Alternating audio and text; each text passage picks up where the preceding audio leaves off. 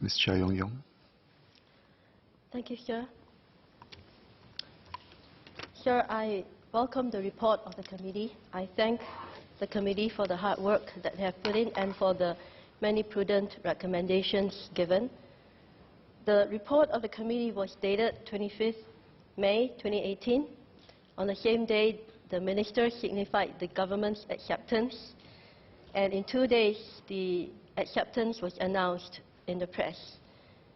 That has caused some of us to wonder whether the government had sufficient time to deliberate on the report, and I thought as a preliminary point, the minister may wish to clarify that.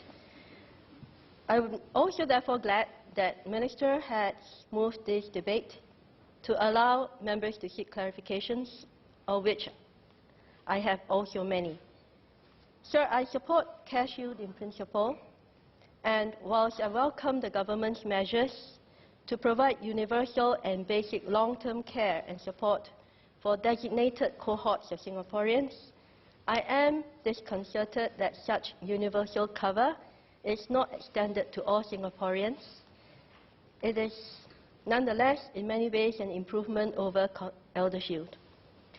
Minister has explained the rationale for the exclusion of certain Singaporeans, but I hope that we can continue to consider the ways in which we can provide assistance in a more equitable and comforting manner.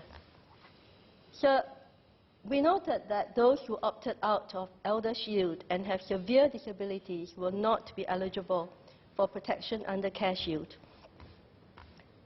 So, I would like to know the definition of severe disability, and how do we treat persons who have disabilities but perhaps not sufficiently severe? And what is the treatment for persons who have medical conditions but no disability? And also in respect of the various government schemes that Minister has raised, which will be used to support those who are not covered under either ElderShield or CareShield Life, I would like to know whether there will be a single set of eligibility criteria.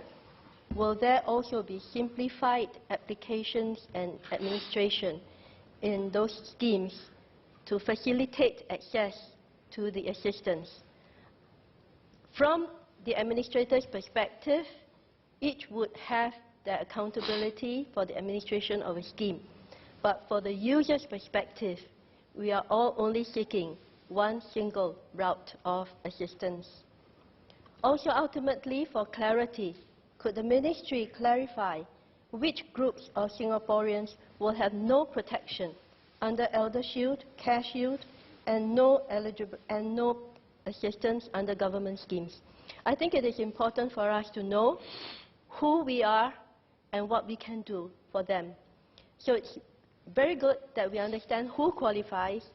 It is important for us to understand who does not. Also, with respect to the conversion of protection from ElderShield to CareShield, I have noted that premiums paid under ElderShield will be treated taken into account for the payment of premium under CareShield, as Minister said, but I wonder if the Ministry can also give more clarifications and examples of how such consideration would be applied. In relation to excess premiums collected under ElderShield, since ElderShield is an opt-out scheme that came into operation by the compulsion of the state, I would submit that although insurance policies are issued separately by insurers to the insured, that actually there really isn't a direct contractual relationship between the insured and the insurance company. Why do I say so? Because this is a compulsory scheme. We either opt out or we are in. We have no way to negotiate. We can't even choose our insurers. Therefore, they are, I submit, the agents of the state. That being so, the premiums that they collect, the excess premiums they collect, does the state have a claim? How should we deal with those? I am prepared to concede that the profit that they make out of those premiums should be retained by them. But perhaps Minister can clarify how the excess premium will be treated when CareShield is launched. I have raised what basically relates to actuarial considerations applicable under ElderShield, and I believe this will also carry through to the considerations under CareShield Life as well. So, for example, when ElderShield premiums were increased, when ElderShield payouts were increased, were ElderShield premiums also increased? And when we compare the premiums of 3.3 billion collected with a payout of $133 million in claims, whether the government conducted an independent actuarial verification to justify the premiums that continued to be collected for ElderShield, and whether those considerations guided the government in the calculation of the premiums for CareShield.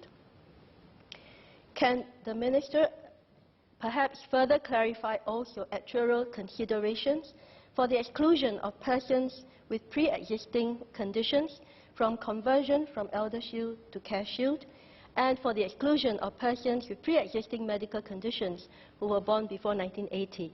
I know that we are all excluded, but could it be argued that there could be an element of discrimination? Perhaps the Minister may wish to consider from that perspective.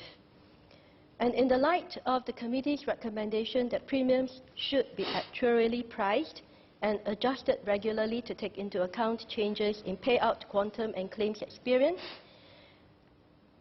we accept that proper premium quantum may be difficult to assess in the light of significant uncertainties.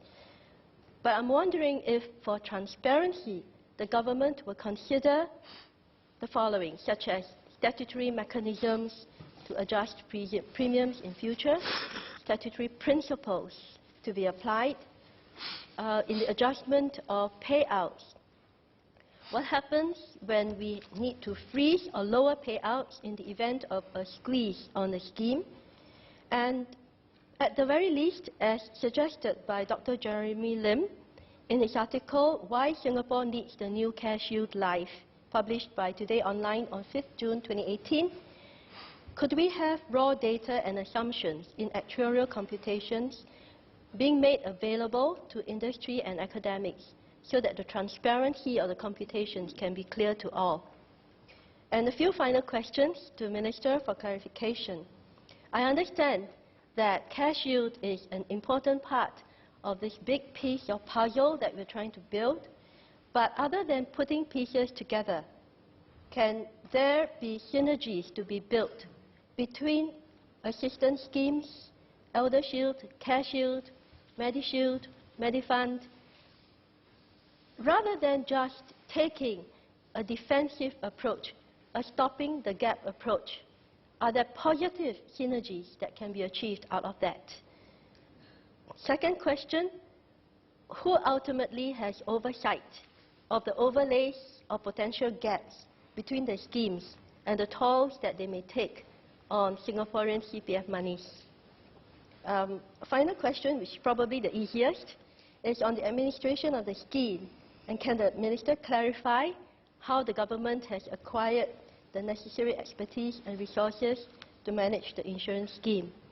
Subject to my clarification, sir, I support the motion. Thank you.